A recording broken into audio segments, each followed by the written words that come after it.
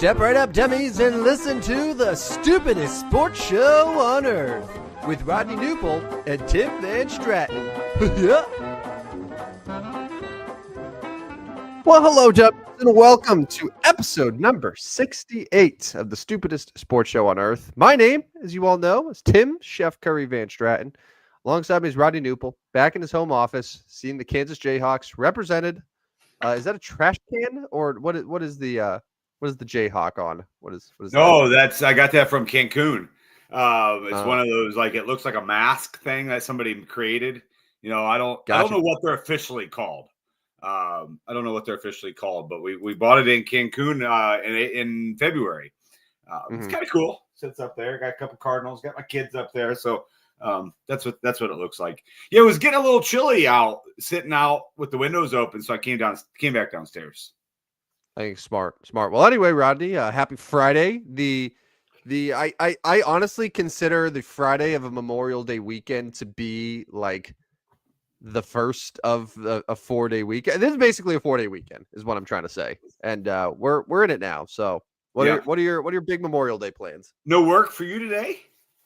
No, I mean I'm working, but like, yeah, work is just whatever you make it to be, right? Yeah. No, I got you. Never work a day in your life when you love what you do, right? There you go. Exactly. A lot of baseball, softball with my kids this weekend for me.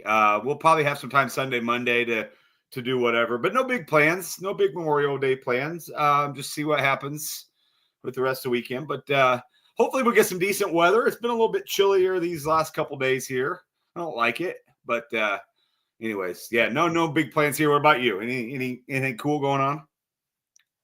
I am going to my first IMAX experience tomorrow to see Mission Impossible: Final Reckoning.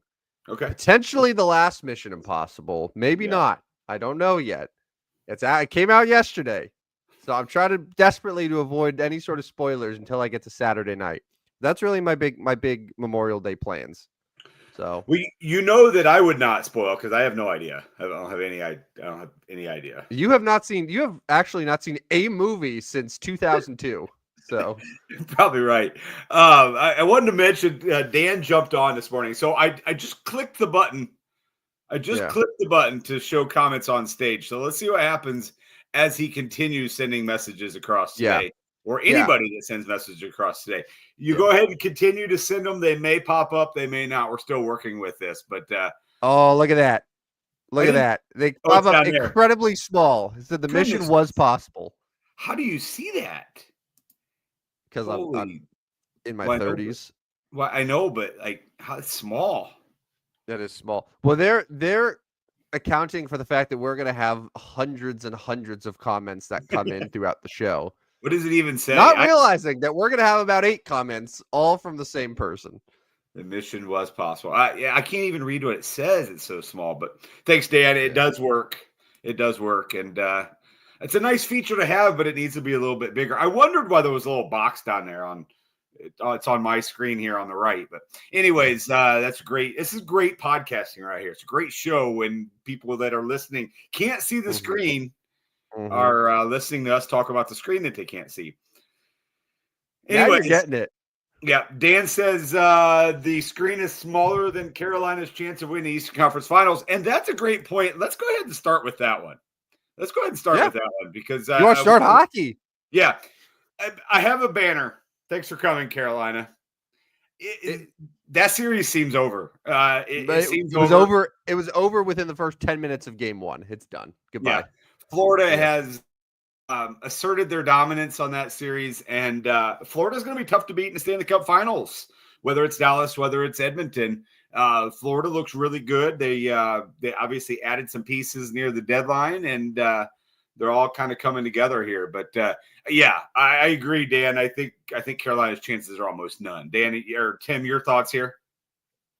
So they have now lost 14 straight Eastern Conference final games. 14 straight. So that's 3 sweeps. Yeah. Plus now 2-0 or 0-2 in this series. How as a franchise do you judge that? Because like it's hard to get to the conference finals in hockey. Yeah. And the Hurricanes are one of those teams that's had a really sort of decent competitive run as a contender. This isn't like this is their first time there, but like we're used to seeing the Carolina Hurricanes in the postseason, right? Right. This is a team that's gone all in, that's made big swings. But when you can't win a conference final game across multiple years now, where do you go from there? How do you judge that?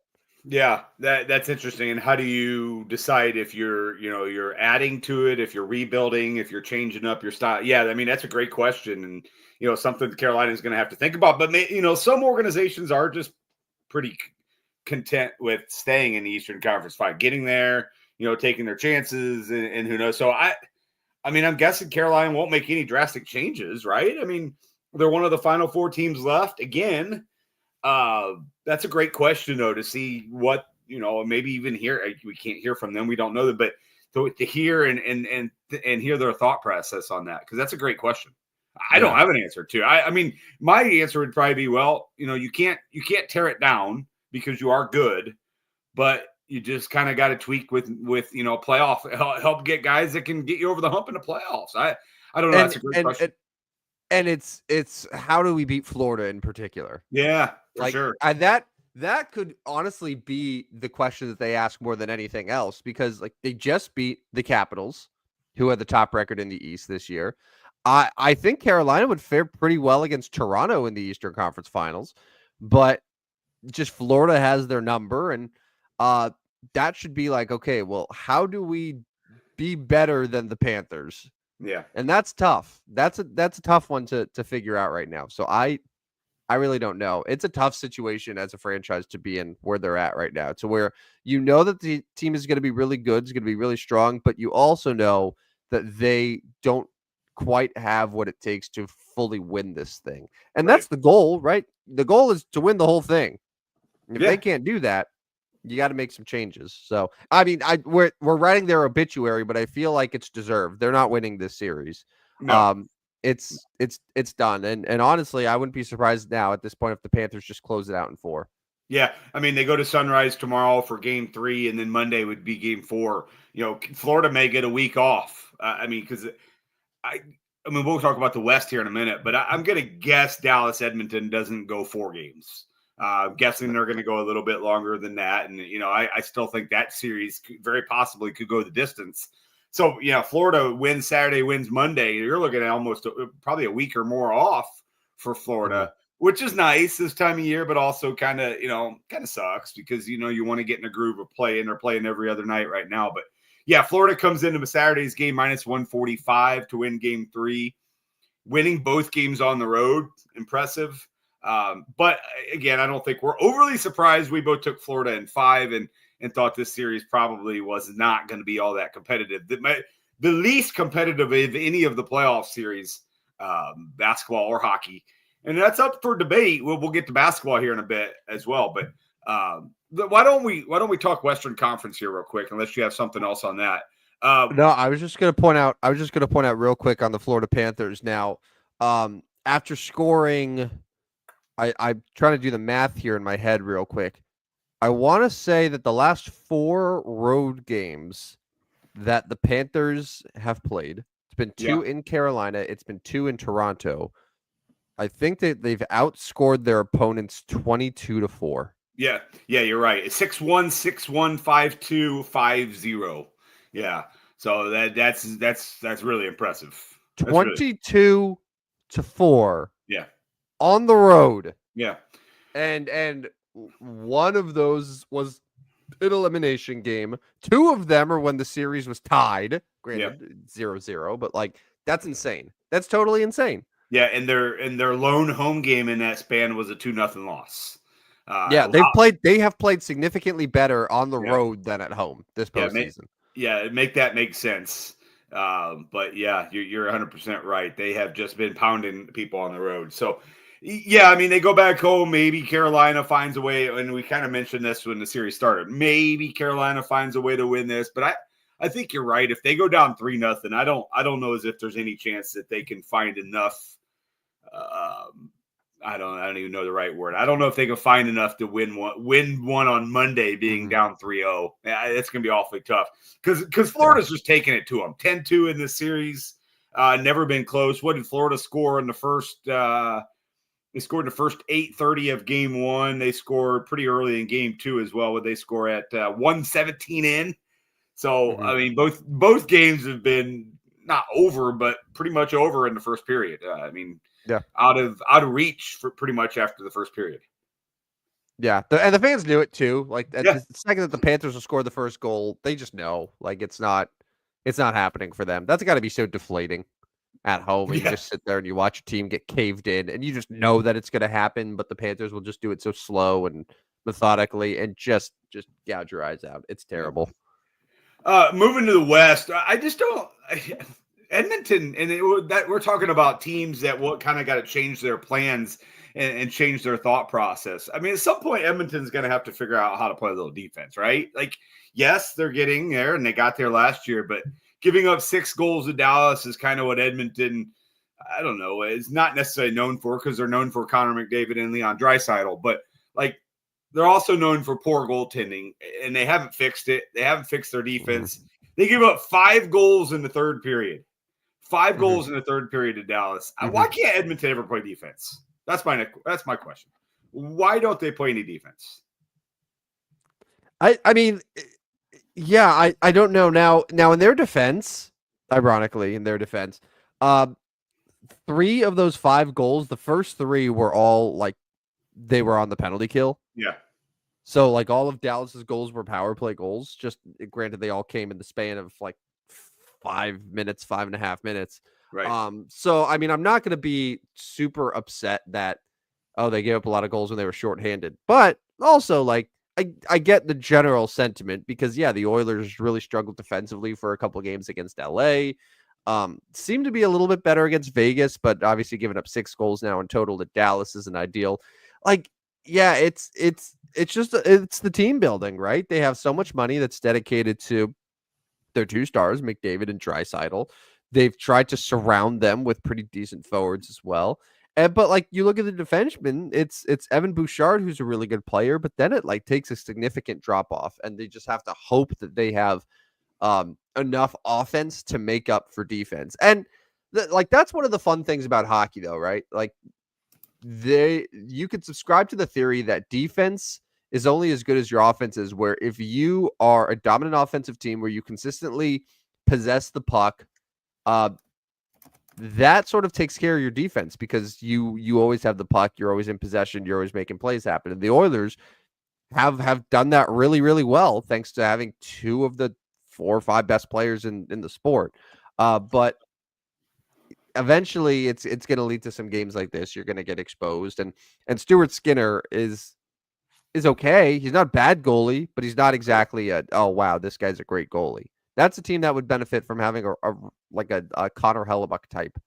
So, yeah, no, Dan makes a good point. If Edmonton only had a guy like Philip Broberg to help clean up the defensive core, seemed like he'd be a great fit there. Yeah, I mean, I don't know. I just feel like Edmonton, year after year, we're talking about them and their electric offense, and then defense lets them down in the biggest spots. And you know, you brought up the Carolina roster makeup and kind of how you fix things. Well, I mean, at some point, and I'm not necessarily calling Edmonton dead here, but like, even if they get to a series against Florida, like, are they going to be able to defend enough against the Florida Panthers to win that? I mean, we saw that last year too. I don't know, man. I just don't see Edmonton having enough defense to win.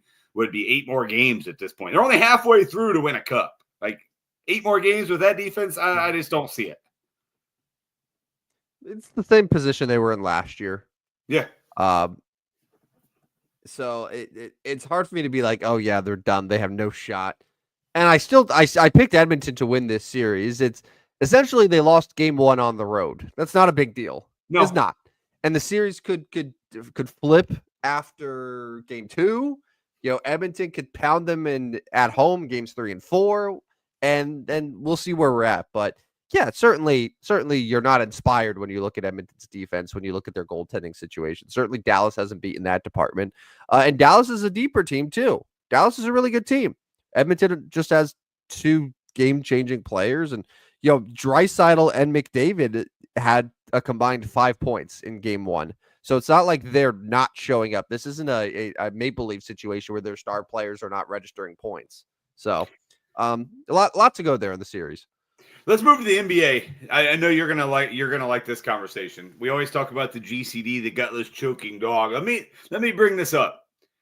Yeah. Are they yes, it's unanimous. They're the gutless choking dog of the week, right? The New York Knicks. And just to clarify, who's they in this situation? This would be the New York basketball Knicks. Got it. Are they the gutless choking dogs of the month of May? Of May? Yeah, I would say so. Month of May. That sounds pretty good. And honestly, and congratulations for to the Toronto Maple Leafs for only holding that title for like 2 days. Yeah. Are they the gutless choking dogs of 2025?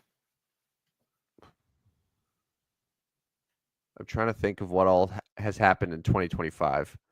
I mean, there was not much more historic of a choke job than that. Yeah, not to get too bogged down here. Do we think this was a worse choke than what Duke did against Houston in the Final Four? That was a pretty good choke. That's a pretty good choke, yeah. And I'm trying to think if there was anything NFL playoffs, college football playoff. I don't think so. I think that would be like the Duke Houston game would be the competition. Now NBA, yes. Yeah. Now I'm going a little extreme here with decade and century, but what the New York Knicks did on Wednesday night was mind-boggling, and really it's more what the Indiana Pacers did probably than anything. They continue to find ways to win. They did this in previous series where they found ways to score late. But what an epic start to that series, and if we get more of this series is going to go down as one of the best. So thoughts on the Knicks Pacers Wednesday night and the epic choke by the New York Knicks, and how important tonight's game is for the home team. I tried to warn you about this Pacers team, man. I tried. This is where I'm at, right? Like the Knicks blowing a 14-point lead with 3 minutes left or whatever it was, or it was 9 points with 50-something seconds left. Awful, right? How much of it, though, was not just like, oh, the Knicks are blowing this, but also the Pacers can't miss a shot. Yeah. Like the Pacers scored, I hope I get this right. There was a 5-minute stretch where they scored 40 points. Yeah. Like between regulation and overtime. It's a 5-minute stretch of gameplay where they scored 40 points. That's wild. Is insane. It's insane. Aaron Nesmith made 8 threes. Yeah. Couldn't miss a shot. So like as much as the Knicks choked, the Pacers also just sort of rose to that moment better than any other team. And the Pacers, you mentioned they've done this before. Since 1997, teams that have trailed by 7 or more points in the final 50 seconds of the fourth quarter or overtime are 4 and 1,702. 3 of those wins belong to the Indiana Pacers this postseason. Yeah. This postseason. That's wild. They find ways to win. They can get hot so quickly. I mean, this is a team that scored like 150 several times. I don't know if they got to 150, but we would often see them score in the 140s and nearly 150. I mean, this is a really powerful offensive team. And why are they, I guess I should ask myself this question. Why are they being so overlooked? Because they don't have like the true superstar. I mean, Tyrese Halliburton is obviously very good. Why? Yeah, Yeah, go ahead. No, I overlooked for a couple of reasons. One, they're the Indiana Pacers. Yeah. I always say if you put this roster in Boston Celtics uniforms, we're talking about them entirely differently. You put them in Lakers uniforms, it's talk about entirely differently. They're just the Pacers. Like they're just a team that we overlook. Tyrese Halliburton is not the transcendent superstar that is all over your TVs and just like is a face of the game. But I think this postseason is definitely elevating him to that conversation. Now, when you have his sort of choke moment, that's going to live forever in history. But I think people have gotten really caught up in the Knicks craze. Yeah. They were thinking, okay, this was going to be Boston's conference. This was going to be Cleveland's conference. And no one really thought anything of Indiana. They said, okay, maybe they'll beat a banged up Milwaukee team. And then that's that. And they didn't really think anything of it. So we just keep waiting for the carriage to turn into a pumpkin. And it's just not happening. Even though, like, the Pacers were a 50-win team, they finished one game behind the Knicks. Right. They're pretty much an equal team and were so for the entire season. It's just, in the postseason, anything can happen. We just assumed that the Knicks were going to handle things. And like the Knicks could still win the series. They could.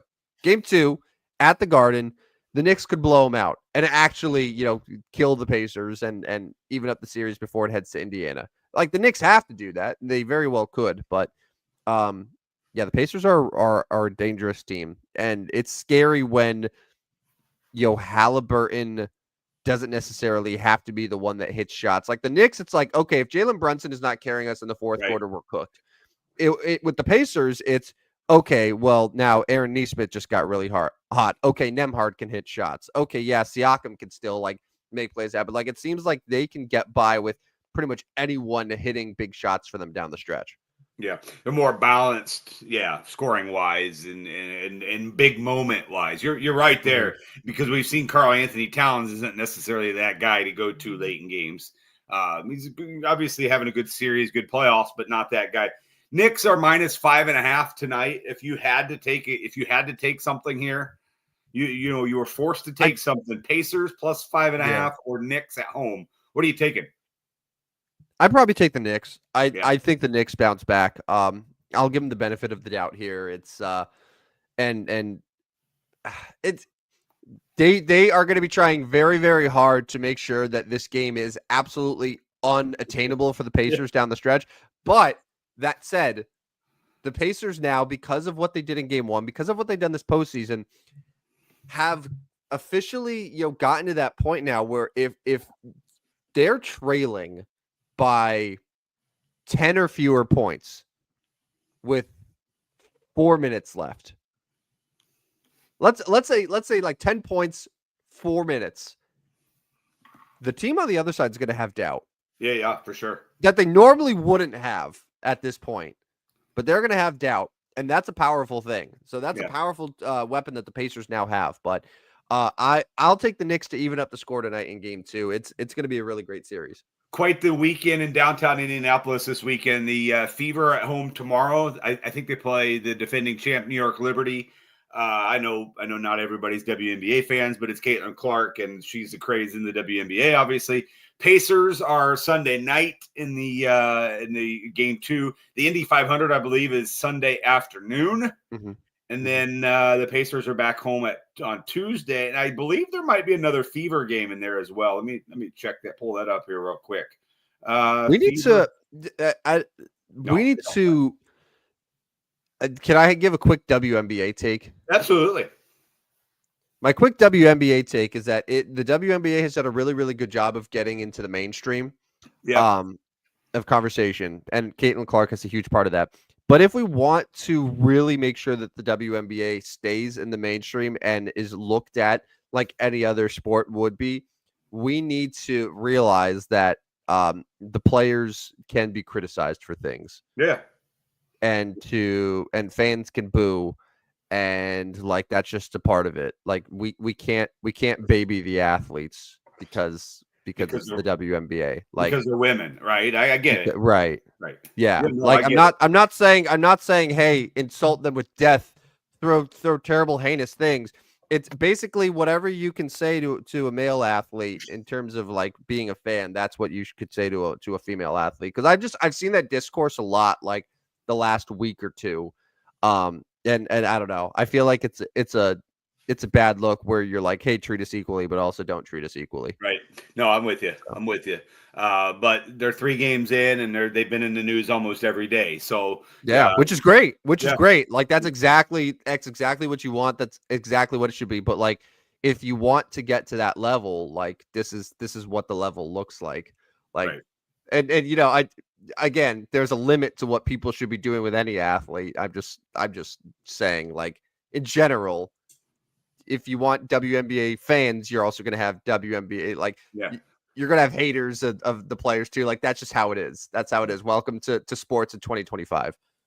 One more topic I wanted to get to. We'll stay in the NBA. I am starting to think that Minnesota has absolutely no shot in that series. Now, it's not an overly hot take being down 2-0 in the series. Oklahoma City has looked really good. Like, I feel like Oklahoma City's starting to figure out, okay, this is how we play. This is how we win playoff games. And, honestly, could be smooth sailing. Not just this series, but like 6 wins away from winning the NBA Finals. And, here we are, Pacers, Knicks. And again, maybe I'm overlooking the Pacers, but like I think you mentioned this on Tuesday's show. Like I'd be awfully surprised if the Oklahoma City Thunder don't win the NBA Finals. And my point here is Minnesota doesn't seem like they're on the same level as Oklahoma City in this series. Can that change when they go back to Minneapolis tomorrow night? Yeah. Very possible, but yeah, they're going to have to fix something very quick. Yeah. I think T-Wolves will get at least one game here at home. Now, what concerns me is that Julius Randle and Anthony Edwards, who have really carried the T-Wolves throughout this postseason, were 1 for 12 from 3 yesterday. Yeah. Randle was 2 of 11. He didn't play the entire fourth, or just down like the last 8-9 minutes of the fourth, whatever it was, which is a little concerning. Just because they felt like he was unplayable at that point. It's not like he was in foul trouble. It's not like he was hurt. They just wanted to give other guys some options here, so that you saw more minutes for Alexander Walker. You saw Naz Reid get almost 30 minutes off the bench. So that's a little alarming that he's been maybe their most consistent guy this postseason, and then he fell off, and they're like, all right, we're not playing you. Yeah, like the T-Wolves I still have a lot of respect for and reverence for, and I think that they can make this a series again, but we are seeing just how good the Oklahoma City Thunder are when everything is working. Like, they don't need to shoot the ball great in order to win games. They can attack you at the rim. They can out-rebound you. Like, they have a great collection. We talked about this on Tuesday. It seems like they have 8 or 9 guys at any given point that can just hit big shots and take over a game. So they won 68 games last year. I keep reminding you guys, this isn't some underdog team that we're trying to overrate. They won 68 games, making them one of the best teams in the history of the NBA. Like, this is what they should be doing, and so far through 2 games they've accomplished that. Yeah, no. So you brought up Randall and Edwards. I'm going to bring up Rudy Gobert. Rudy Gobert has also not been very good so far in this series. Yeah. 5 points and 2 points. Now, I know he's not a huge scorer, but even his rebounding fell off a little bit, only 3 rebounds in game 1. Now, he did bounce back with 9 in game 2. But this is the guy that you saw kind of dominate at least that final game in LA. Like, he had 27 and 24 in that game, like an epic postseason performance. Since then, has not nearly been the guy. A couple pretty good games, a couple decent games at Golden State.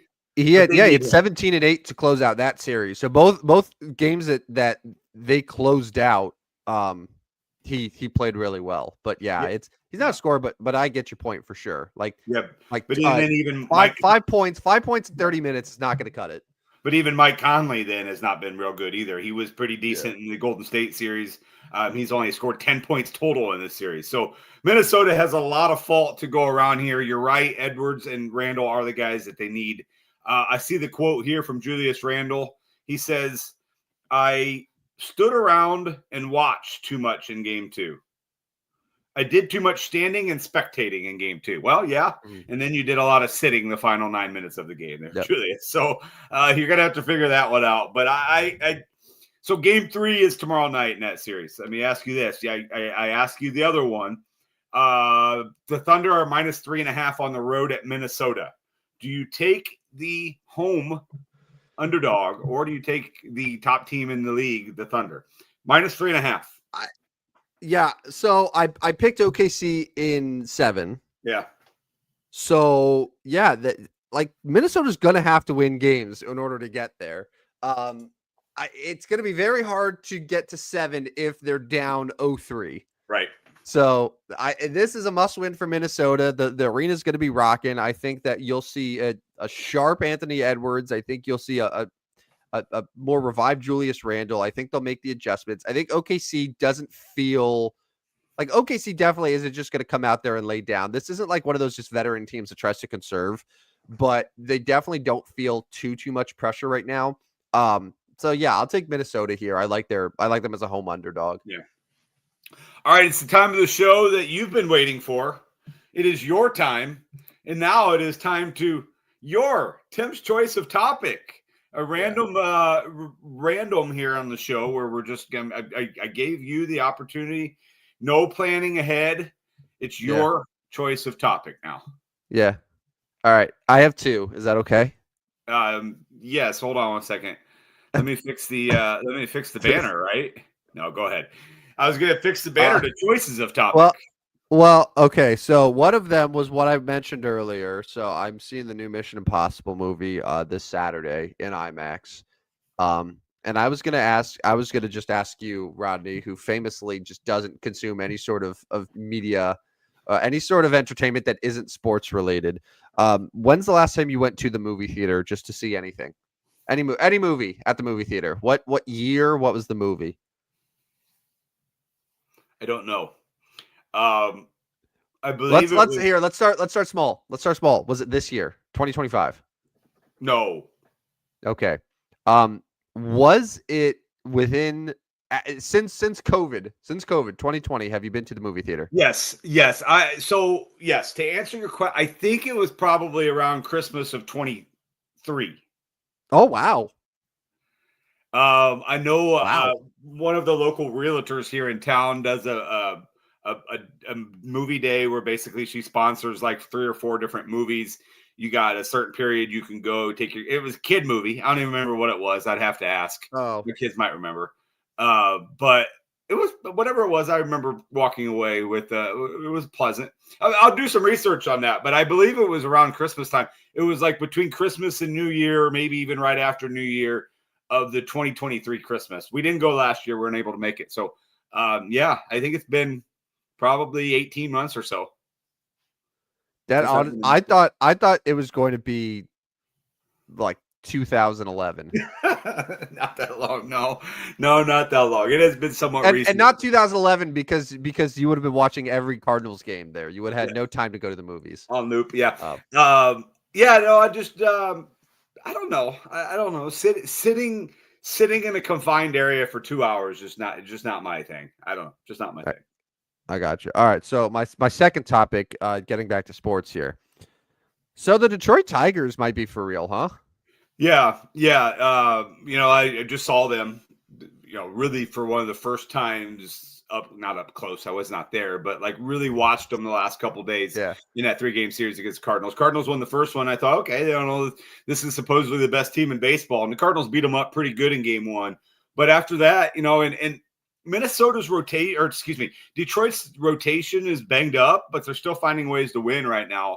I feel like they've got a strong manager.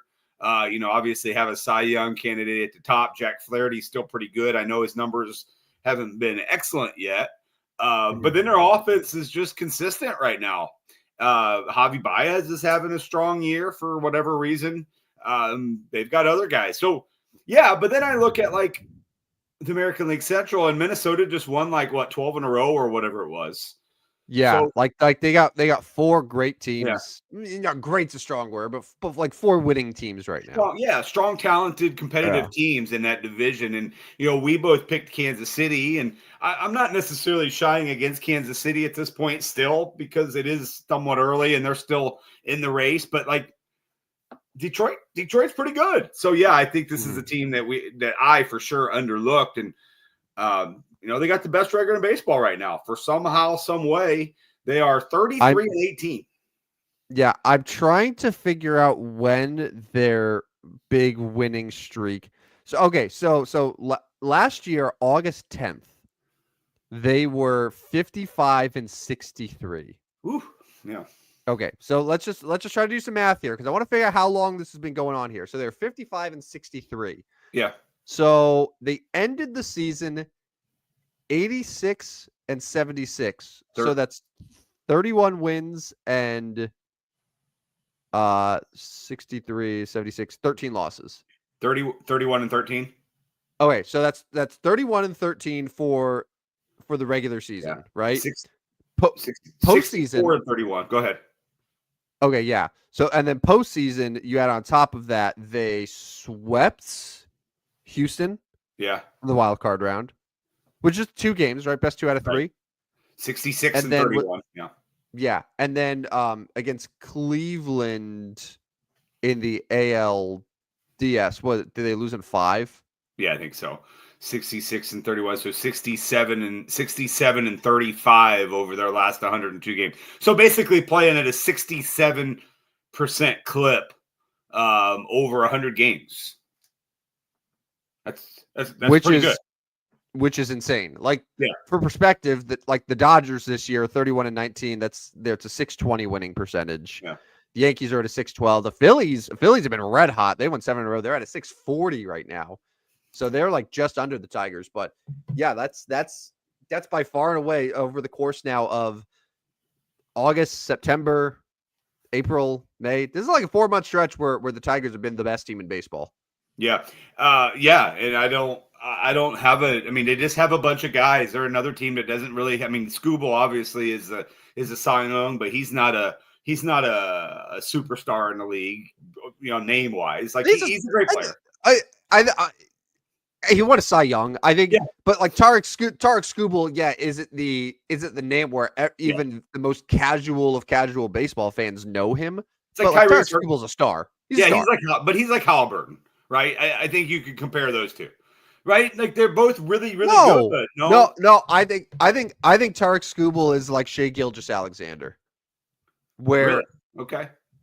Yeah, because like Shai Gilgeous-Alexander, I think is still not a guy where like you could ask, like your dad probably knows like who Steph Curry, LeBron James is and stuff. Would he know who Shai Gilgeous-Alexander is? Yeah, he doesn't watch a lot of NBA at this point, so he may not. You're right. But that's what I'm saying. Like you got to get to like to where even if you don't watch the NBA, like you know who the dudes are, and like Shai Gilgeous-Alexander isn't there. And with baseball, like you know who Ohtani is, even if you don't follow it. You don't know who Tarek Skubal is, not yet. But like Tarek Skubal is still all right. You know what?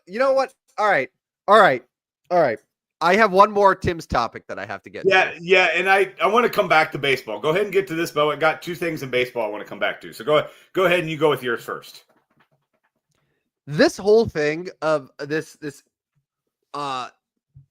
outcry against Shai Gilgeous-Alexander for getting to the foul line is just so disingenuous and ridiculous. And you know what it shows me? It shows that people have totally forgotten what the NBA used to be like in a world before everyone took a bunch of threes. I was doing some digging the other day. So Shai Gilgeous-Alexander getting to the line, what was he? What did he finish? 8 for 8 yesterday? Something like that. Yeah. So, like, okay, he's getting like to the line 8 times, 10 times. People are like, oh, the foul merchant, free throw merchant. All he's doing is just foul baiting. He's ruining the game. This is unwatchable. Blah blah blah blah blah. So I went back and I was like, the thing well before Shai Gilgeous, and I just decided to look up a random player, a random player by the name of Kobe Bryant. 2009. Was Kobe's first solo title year. They beat Orlando in the finals. But I was looking at Kobe's game log of how many times he was getting to the free throw line. This is 2009. This is before everyone was shooting threes. This is when everyone was like, oh, basketball was great. Kobe, amazing. Blah, blah, blah. Western Conference Finals that year for Kobe Bryant. Are you ready for his free throw game log here? Are you ready to hear this? I'm ready, yeah. Again, Rodney, you were watching the NBA in 2009. You probably don't remember people getting upset that Kobe Bryant was foul baiting and a free throw merchant. Right. Western Conference Finals, free throw, 12 of 13, 10 of 10, 15 of 17, 12 of 13, 9 of 10, 9 of 9. NBA Finals, 8 of 8, 8 of 10, 5 of 10, 8 of 8, 8 of 8. You guys, you don't know ball. If you think that Shai Gilgeous-Alexander has invented driving to the rim, drawing fouls, making shots at the free throw line. This is what the NBA was always like before everyone started shooting 53s a game. This is what the NBA was. And if you think that this is new, then you're exposing yourself right now. Yeah.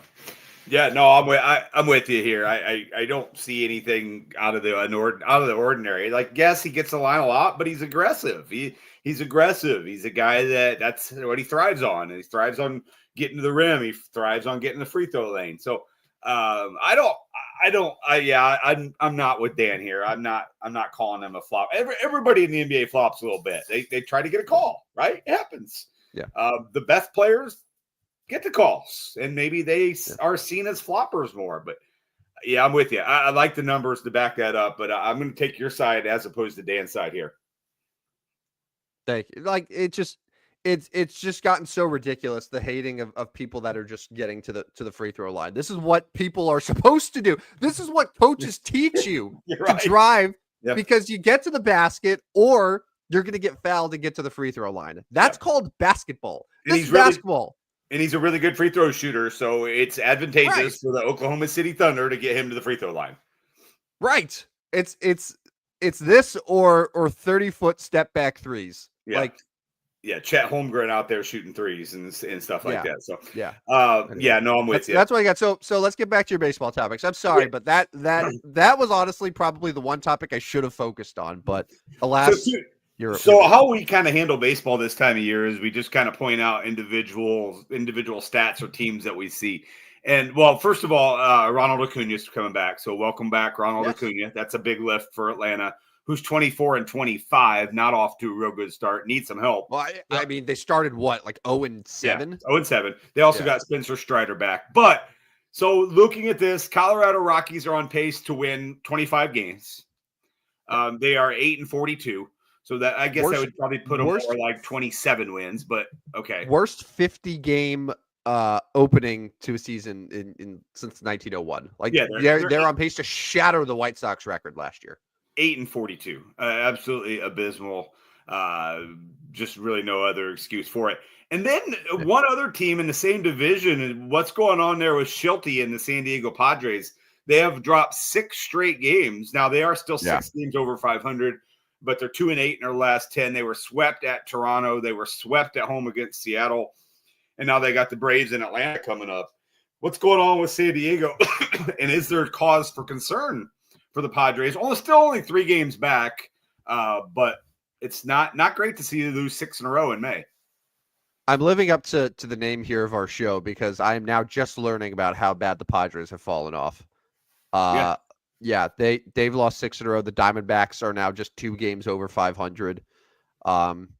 This is great. Now the good news is the Dodgers, the Dodgers are 31-19, but I don't know, like they're not playing particularly sharp, and like San Francisco's still just 2 games back. The Padres are only 3 games back. It's not like they're totally out of the race right now, but it's a little concerning, man. It's a little concerning. Like in a division like that, like you have to avoid these stretches where you just really go through, the long losing streaks if you want to compete in that division, and especially when like the NL East looks like it's going to send 2 playoff teams this year. You got to win games. The NL East with 2, and then thinking, if Atlanta can get hot, they could be a third one.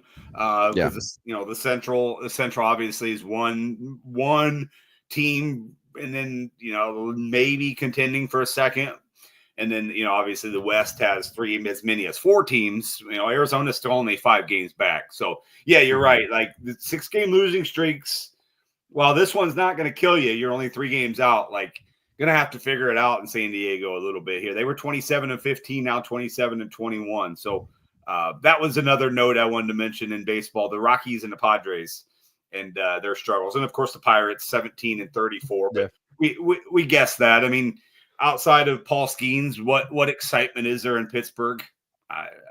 O'Neal Cruz has been pretty good this year, but yeah, that's. I mean, Jared Jones is out for the year now. So that's really at with baseball. Do we want to get to our Mount Rushmore? Mount Rushmore of 68 today, episode number 68. We could, and thank goodness we do have a couple people to save us today. Do we finally? I'll get the big one off the bat right here. How about this, Rodney? Jaromir Jagr.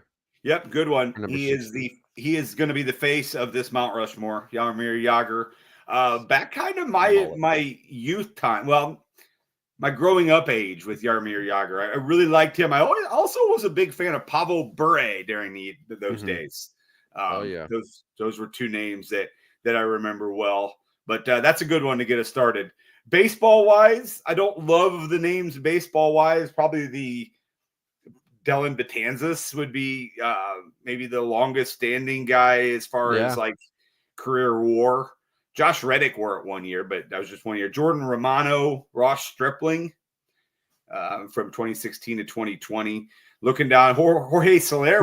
George Kirby. Yeah, I know George Kirby's young, but like that's been George Kirby's number for his entire career, his 4-year career. Yeah, 4 years. Potential to get up there. Yeah. So, I mean, I remember obviously Jorge Soler here locally when he was with the Cubs. He wore 68 during that time. Now, he hasn't worn it since, so he's not going to go on this Mount Rushmore. As of right now, there's no baseball name I love to go up there. So it's Jaromir Jagr, and we hope for the best out of the NFL. Yeah, so NFL, we got a couple really solid offensive linemen. We have the longtime center for, I remember him as a New York Jet. I think that's when his best years were, Kevin Maui. Okay. Yeah. So Hall of Famer, 8-time Pro Bowler. I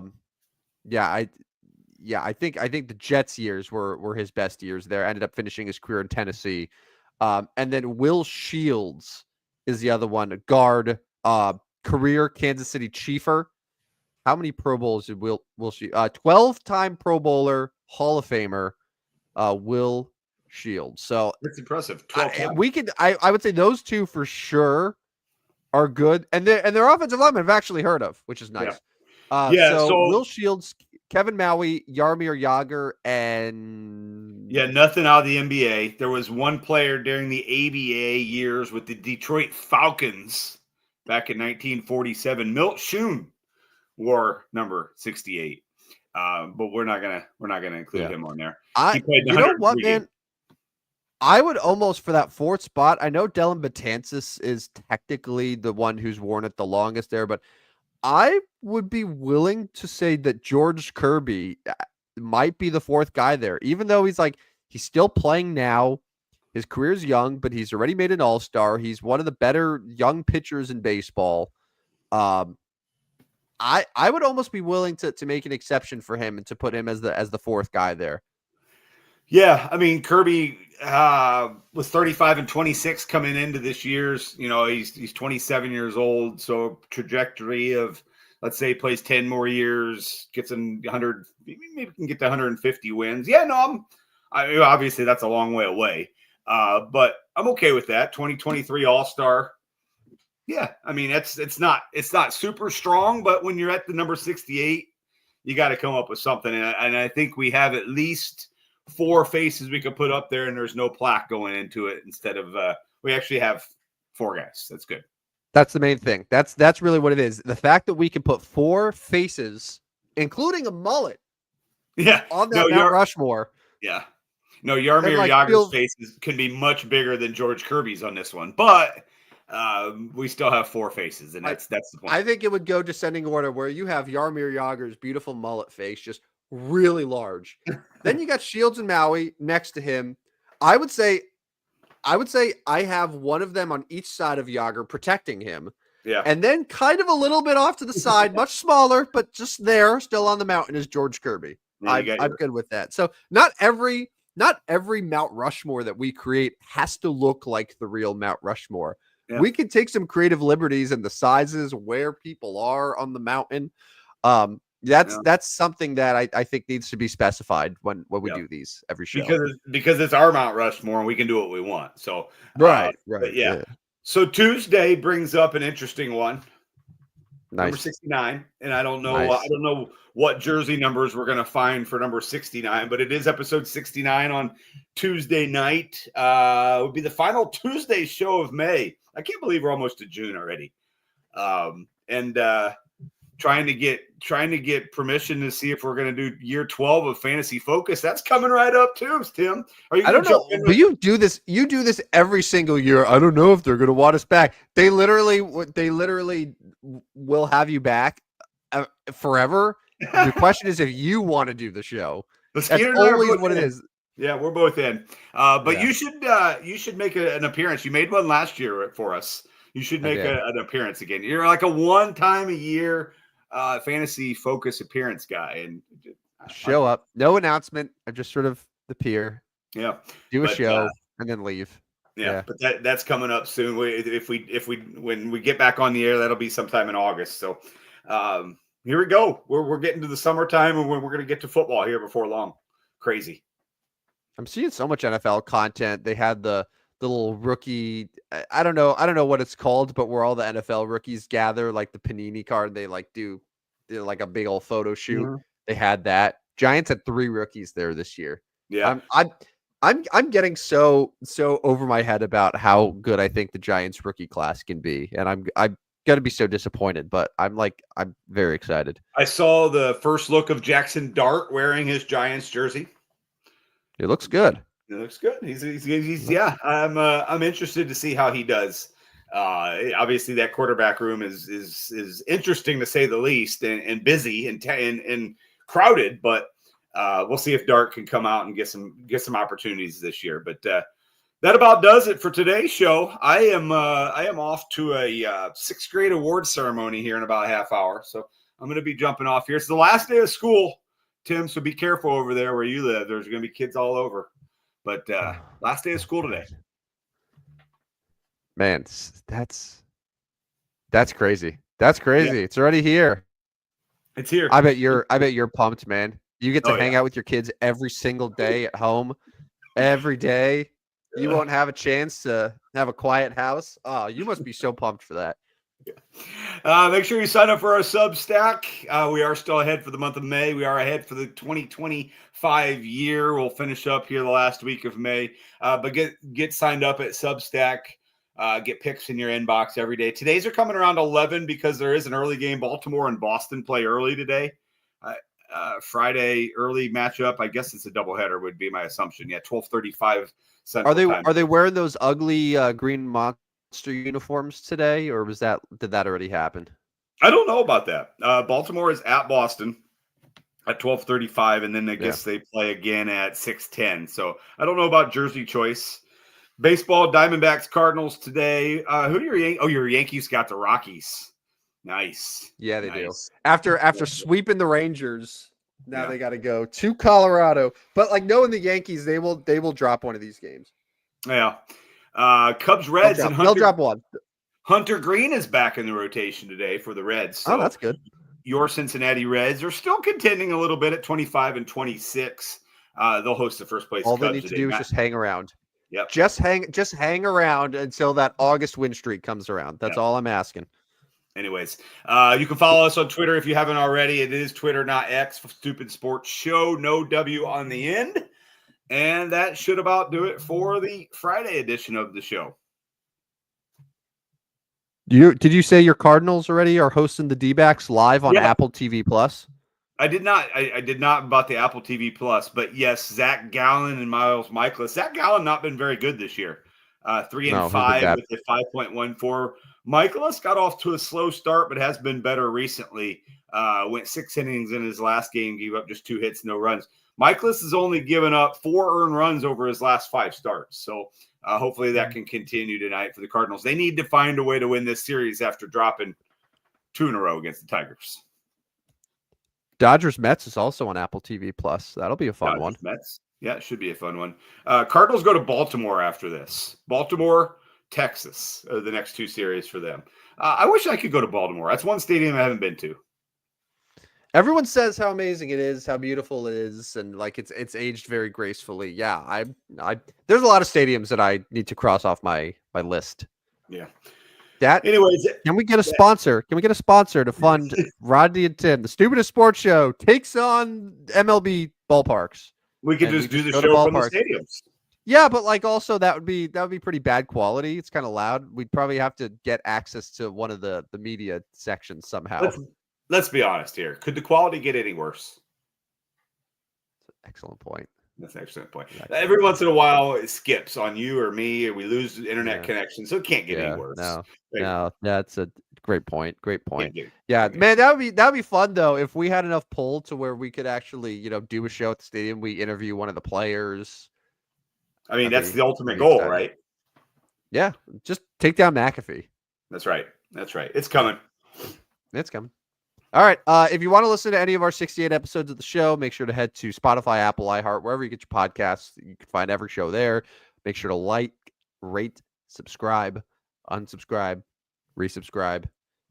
Give us 5 stars. Tell us why we've changed your life, why we've saved you from the dark hole that you were spiraling into before you discovered our show. We want to hear all about it. It'll help the algorithm. So there you go. So that about does it. All right. Enjoy your 6th grade graduation ceremony. A lot of fun. Congratulations to the kids for moving on. Your son is going to high school next fall, right? Yeah, he's got 2 hours left of 8th grade, and then he'll be in high school. So yeah, I will officially have a high schooler in 2 hours. That's insane. That's insane. Congratulations and my condolences at the same time. Yeah. All right. Well, for Rodney Duple, get on out of here. This is Tim Chef Curry Van Stratton signing off for another episode of the Stupidest Sports Show on Earth. See you guys. See ya.